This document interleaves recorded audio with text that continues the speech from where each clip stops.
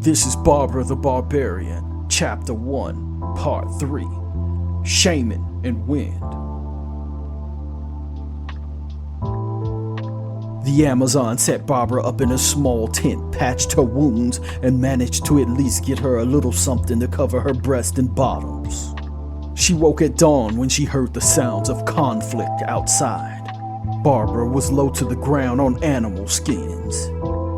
She hadn't really saw any of this when they brought her in because of how dark it was, but now she felt like she was a character in a Frank Frazetta painting. Barbara saw the polearm she had taken from the other woman resting against the thick hide walls of what was her tent.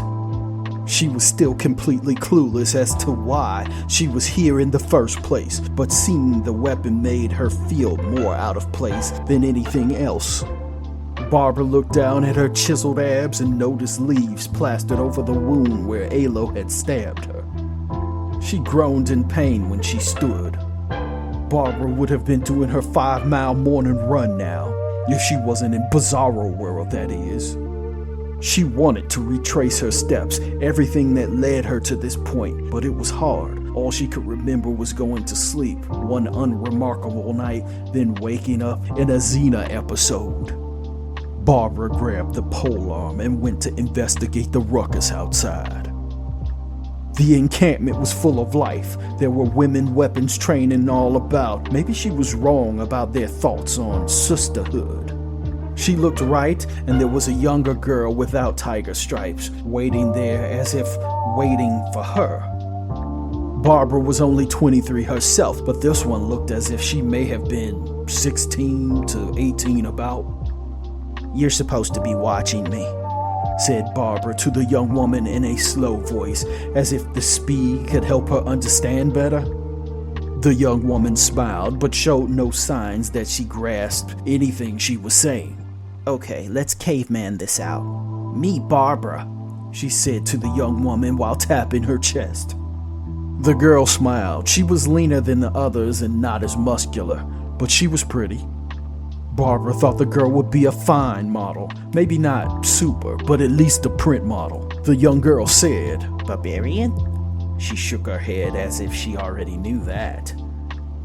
"No, I'm Barbara," Barbara said, growing tired of them calling her that. "Okay, fuck it, Barbarian then." Barbara pointed to the girl. "Who are you?" Then pointed to herself. "Barbara," to get her to get the gist of what she was asking. The girl smiled wide, and Barbara noted that, seeing that the other women seemed to house and look like they were doing a 10 to 20 bid in Chino. "Vina," said the young woman. "Well, good, that wasn't that hard," said Barbara while walking around to see what the mood of the people in camp were. Vina walked behind Barbara like her shadow. "Don't walk behind me, you can walk on the side of me, come on," she said to Vina while gesturing for her to stand at her side like they were actually together, not being stalked. Vina seemed to understand and moved to Barbara's side. Whenever the two approached the Amazon sparring, they seemed to stop and bow their heads in respect to Barbara. After the third time it happened, she said to Vina, "What's up with the hospitality all of a sudden?" But Vina didn't know what she was talking about. Barbara had to bow a few times, hoping the younger girl caught on. "Barbarian," said Vina, as if the title was important. Barbara nodded for a moment. Maybe being a barbarian was a big deal to them. She shook her head silently. It wasn't if she could tell them any different anyways. Barbara was impressed by these women's work ethic. She was all about working out at the crack of dawn. They practiced for a few hours while Barbara explored the grounds.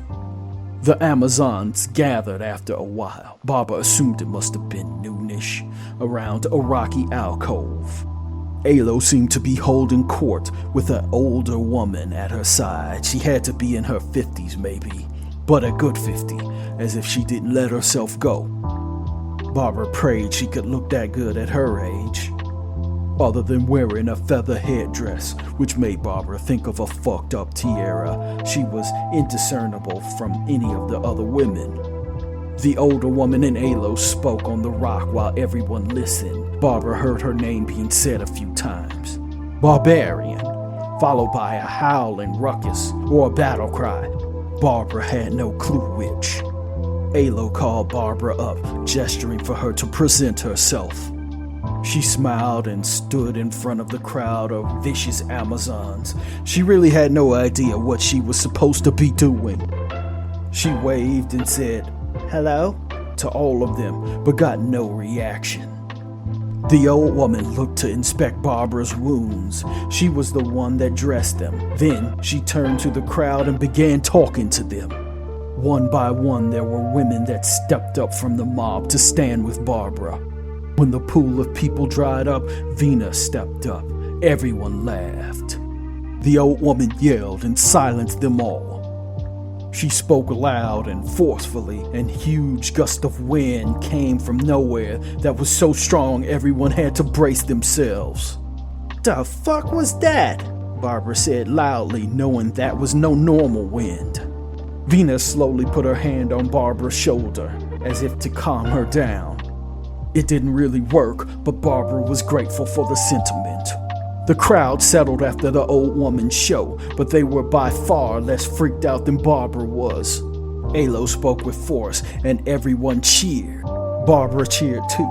She didn't want to be the oddball.